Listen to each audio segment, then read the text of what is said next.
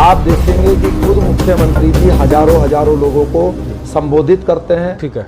तो जब ये हजारों लोग संबोधित करते हैं तो उस समय पुलिस और प्रशासन, उत्तर प्रदेश, उत्तराखंड और पंजाब में आने वाला 2022 का चुनाव हमारी पार्टी पूरी ताकत के साथ लड़ेगी। जो कानून बना हुआ है उत्तराखंड में कि 70% रोजगार यहाँ के लोकल मूल निवासियों को दिया जाएगा जी, लेकिन इस कानून को पालन किसी ने आज तक। नमस्कार, मेरा नाम है नितिन कुमार और आप देखना शुरू कर चुके हैं रुकती अब। दोस्तों, इस वक्त हमारे साथ मौजूद है शेर सिंह राणा, संयोजक राष्ट्रवादी जनलोक पार्टी आरजेपी जिसे कहते हैं। मैं आपको बता देना चाहता हूं कि इन्होंने भी राजनीतिक हलचल और दस्तक दोनों दे दी है। उत्तराखंड और उत्तर प्रदेश में अभी चुनाव होने वाले हैं। अब इनका क्या मोटिव है और कैसे ये चुनाव मैदान में उतरने वाले हैं, आइए जानते हैं ये शेर सिंह राणा जी से क्या कहेंगे। नमस्कार, मैं शेर सिंह राणा, राष्ट्रवादी जनलोक पार्टी सत्य का राष्ट्रीय संयोजक जी। हम लोग काफ़ी समय से बेरोजगारी मुद्दे को लेकर उत्तराखंड में और उत्तर प्रदेश और देश के अन्य राज्यों में काम कर रहे थे जी। करीब 3 साल पहले राष्ट्रवादी जनलोक पार्टी का गठन किया जी। सबसे पहले हरियाणा में चुनाव लड़ा जी और उसके बाद बिहार विधानसभा का चुनाव लड़ा पार्टी ने अपने चुनाव चिन्ह चारपाई के निशान पर जी। अभी हरियाणा में हमारा इनेलो जो ओम प्रकाश चौटाला जी की पार्टी है जी, उससे हमारा गठबंधन हरियाणा में हुआ है और दोनों पार्टियां मिलकर हरियाणा में काम कर रही हैं जी। उत्तर प्रदेश, उत्तराखंड और पंजाब में आने वाला 2022 का चुनाव हमारी पार्टी पूरी ताकत के साथ लड़ेगी जी।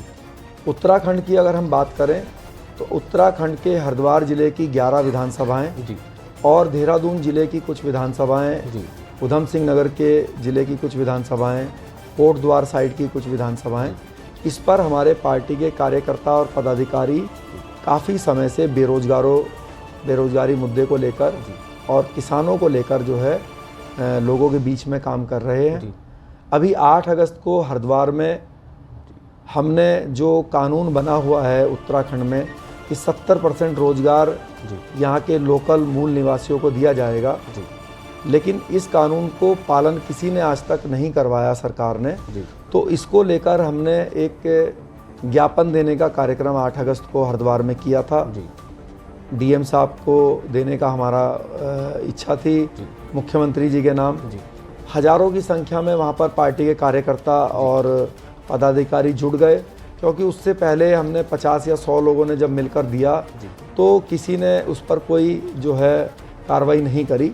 तो पार्टी के पदाधिकारियों ने बोला कि शायद अच्छी संख्या में इकट्ठा होकर जाएंगे तो शायद सरकार इसको पालन करेगी। लेकिन जब हम वहाँ पर इकट्ठा हुए तो उन्होंने ये कहकर मुकदमेबाजी कर दी कि आप लोग भारी संख्या में इकट्ठा हुए हैं, ये जो कोरोना काल है इसमें इकट्ठा नहीं हो सकते। तो उसके 2 दिन बाद ही मुख्यमंत्री जी का जो है खानपुर विधानसभा में कार्यक्रम हुआ, उसमें भी हजारों लोग थे। ठीक है। DPIR करके जो है एक वेबसाइट है सरकारी, उत्तराखंड सरकार की, आप उसको देख सकते हैं। मैं सभी आम जनता से गुजारिश करूंगा कि सरकारी वेबसाइट DPIR उसको आप सब देखें।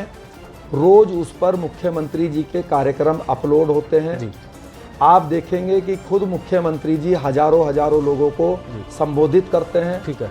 तो जब ये हजारों लोग संबोधित करते हैं तो उस समय पुलिस और प्रशासन कहाँ जाता है, उनके ऊपर कोई कार्रवाई क्यों नहीं करता? बात करते हैं उत्तराखंड चुनाव की। उत्तराखंड में चुनाव होने वाले हैं 2022 में, क्या मुद्दे रहेंगे आपके उत्तराखंड चुनाव को लेकर? कितने आश्वस्त हैं आप, कितने मुद्दों को लेकर आगे जाएंगे? देखिए, हम मुख्य रूप से जो हमारा मुद्दा है वो बेरोजगारी है और किसानों की समस्याओं को दूर करना। ठीक है। हम जनता से, उत्तराखंड के लोगों से वादा करते हैं कि हर परिवार में एक रोजगार देंगे जी। अगर रोजगार नहीं दे पाए तो पोस्ट ग्रेजुएट बच्चे को 15,000, ग्रेजुएट बच्चे को 10,000 और 12वीं और उससे नीचे पढ़े हुए बच्चे को 5,000 रुपये बेरोजगारी भत्ता देने का कानून बनाकर बेरोजगारी भत्ता देने का काम करेंगे। जो हमारे किसान भाई हैं उनके जो खेत के अंदर ट्यूबवेल लगे हैं उसकी जो बिजली है वो मुफ्त करी जाएगी, क्योंकि ये एक कानून देखिए कितना हास्यास्पद कानून बना हुआ है कि सरकार जो है अपने ट्यूबवेल लगाती है, तो जो सरकारी ट्यूबवेल होते हैं उससे वो फ्री की बिजली देती है किसानों को। तो लेकिन जो किसान अपने पैसा खर्च करके अपना ट्यूबवेल लगाए उससे जो है उल्टा बिजली का बिल वसूलती है। तो एक तरफ तो आप खुद ट्यूबवेल लगा के सरकारी रूप में फ्री में पानी देने का काम कर रहे हैं, लेकिन जो आसपास के जो खेत होते हैं सरकारी ट्यूबवेल के, उनको तो फ्री की बिजली वो फ्री का पानी मिल जाता है। ठीक है। तो उनको जो फसल है, अगर उनका खर्चा बैठता है 2000 रुपये, तो जो अपने ट्यूबवेल से पानी देकर फसल उगाता है बिजली का बिल देकर, उसकी फसल वही पड़ती है 3000 रुपये। तो एक किसान को 2000 रुपये में फसल मिल जाती है, एक को 3000 में मिलती है। तो ये अंतर खत्म करना है। ठीक है। बल्कि हम उसको प्रोत्साहित करेंगे, अगर कोई किसान अपना ट्यूबवेल लगाएगा तो उसको उसमें भी सब्सिडी भी देंगे, और बिजली का बिल तो लेने का कोई मतलब नहीं बैठता है, तुरंत बिजली का बिल जो है उनको लिए माफ़ किया जाएगा। राणा जी, स्वर्ण समाज का बड़ा चेहरा है आप हरियाणा में चुनाव लड़े तो ओम प्रकाश चौटाला ने गठबंधन किया, शिवपाल यादव भी आपसे वार्तालाप कर रहे हैं, बातचीत जारी है, तो उस पर क्या कहना है कि बड़ी बड़ी पार्टी आपसे गठबंधन करने के लिए तैयार है? देखिए, क्योंकि हम आम जनता के बीच में आम जनता की आवाज़ उठा रहे हैं जी, और हम लोग, आपको मालूम है 5 साल से मैं सामाजिक जीवन में हूँ, 2016 से। ठीक है। करीब 2.5-3 साल से राजनीतिक दल बनाकर हम अनेक राज्यों में काम कर रहे हैं जी। और आज उत्तराखंड के अंदर, क्योंकि ये मेरा गृह राज्य है जी, और हरिद्वार मेरा गृह जिला है जी, तो मेरा कर्तव्य यहाँ के लिए जो बनता है वो मैं कर रहा हूँ जी, और लोगों की आवाज़ उठा रहे हैं। देखिए, हमने क्या मुद्दा उठाया, हमारी क्या डिमांड है कि जो कानून बना हुआ है 70% रोजगार देने का, उसको लागू करा दीजिए।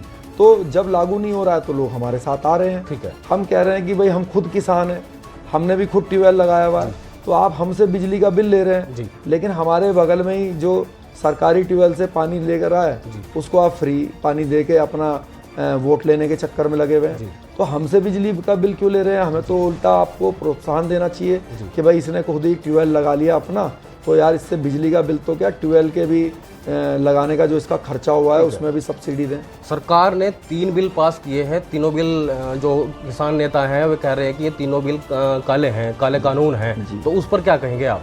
देखिए, तीनों बिल काले नहीं है जी, काले से भी कोई ज़्यादा होता है तो वो है जी। किसानों को छोड़िए, जो देश की आम जनता है जी, इन कानूनों से आम जनता को भी बहुत बड़ी समस्या होने वाली है। अगर पिछले 9 महीने से वहाँ पर बैठे हैं, लेकिन सरकार सुनने को तैयार नहीं है, बिल वापसी करने को तैयार नहीं है। करनाल टोल टैक्स पर वहाँ पर लाठीचार्ज हो जाती है, सर क्या कहेंगे? करनाल टोल टैक्स पर जिस तरह से लाठीचार्ज हुआ वो दुर्भाग्यपूर्ण है जी। उसके लिए 5 तारीख को करनाल के अंदर जी, चौटाला जी और मैं दोनों इकट्ठा होकर एक बहुत बड़ा जो है जन आंदोलन करने जा रहे हैं। शाम 5 बजे करनाल के अंदर ओम प्रकाश चौटाला जी और मैं संयुक्त रूप से वहाँ पर प्रेस वार्ता भी करेंगे और हजारों की संख्या में लोग इकट्ठा होकर सरकार के खिलाफ जो है ज्ञापन भी देंगे। तो और जो आपने किसानों के ये जो मुद्दे बताए, देखिए क्या है, सरकार ने इसमें ये जो नियम बनाया है, जो कानून बनाए हैं, इसमें असीमित रूप से जो व्यापारी है जो कॉन्ट्रैक्ट फार्मिंग के तहत खेत लेगा उसको असीमित रूप से भंडारण करने की शक्ति दे दी है। तो जब अगर मान लीजिए किसी व्यापारी ने पूरे देश का एक फसल ले ली, मान लीजिए जीरा ले लिया और उसने अपने भंडार में रख लिया और 1 साल तक उसको बाजार में नहीं लेकर आया, तो अगर उसकी जो कीमत में बढ़ोतरी होगी, जो ब्लैक मार्केटिंग होगी, उसको सरकार कैसे रोकेगी? क्योंकि आज कोई भी भंडार करता है तो जो फूड सप्लाई डिपार्टमेंट है उस पर छापा मारती है, रोकती है। लेकिन सरकार को ये क्यों नहीं दिख रहा है कि किसान कहीं ना कहीं घाटे में जाएगा, किसानों के बिल नहीं सूटेबल हैं, तो सरकार क्या करे इस पर? देखिए, ये समस्या सिर्फ किसानों की नहीं है, ये आम जनता की भी है। आज जो जीरा, आज जो हींग, जो आज हल्दी आप मान लीजिए 10 रुपए की खरीदते हैं, ठीक है, ब्लैक मार्केटिंग की वजह से वो 50 रुपए में आप भी खरीदोगे। और किसान, इसको सरकार को ये बात इसलिए समझ में नहीं आ रही है क्योंकि वो पहले ही सारी बात समझती है। उसका मकसद है कि अडानी को, अंबानी को और बड़े व्यापारियों को 1-2 साल तक कुछ लाख करोड़ रुपए कमाने की छूट दे दी जाए। आपको बता दूं, यही बीजेपी या कोई भी जो सरकार होगी वो इस कानून में चेंज करेगी, लेकिन 2-3 साल के बाद करेगी। ठीक है। 2-3 साल बाद क्यों करेगी?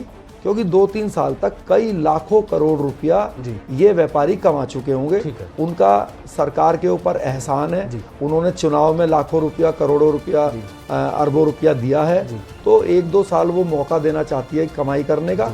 उसके बाद यही बीजेपी इस कानून में ये चेंज करेगी कि भंडारण जो है वो नहीं करने दिया जाएगा।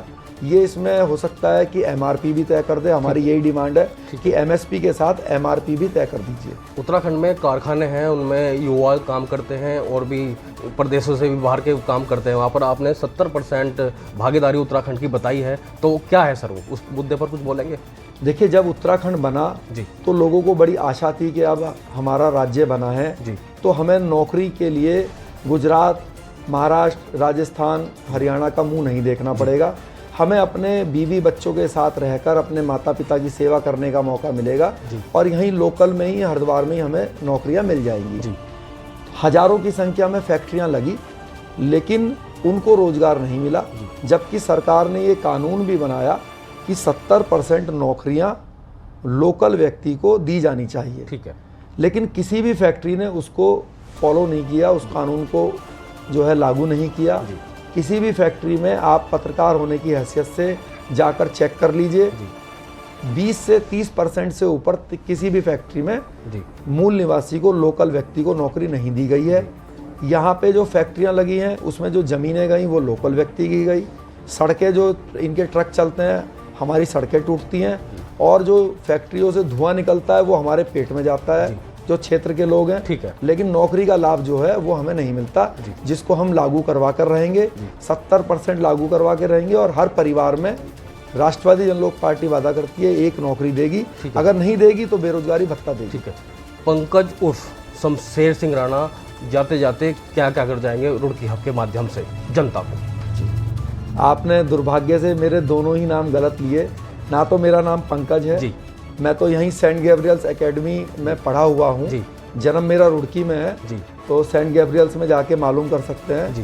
कि मेरा फर्स्ट क्लास में जो एडमिशन है वो शेर सिंह राणा के नाम से है जी। और 12th की मार्कशीट जब मैं वहाँ से पास आउट हुआ तो वो भी शेर सिंह राणा के नाम से है। ठीक है। तो पंकज मेरा कोई नाम नहीं है और दूसरा भी नहीं है जो शमशेर आपने बोला, शेर सिंह राणा मेरा नाम है। ये और मैं लोगों से यही कहना चाहता हूँ, ये सब जानकारी विकिपीडिया पे है सर।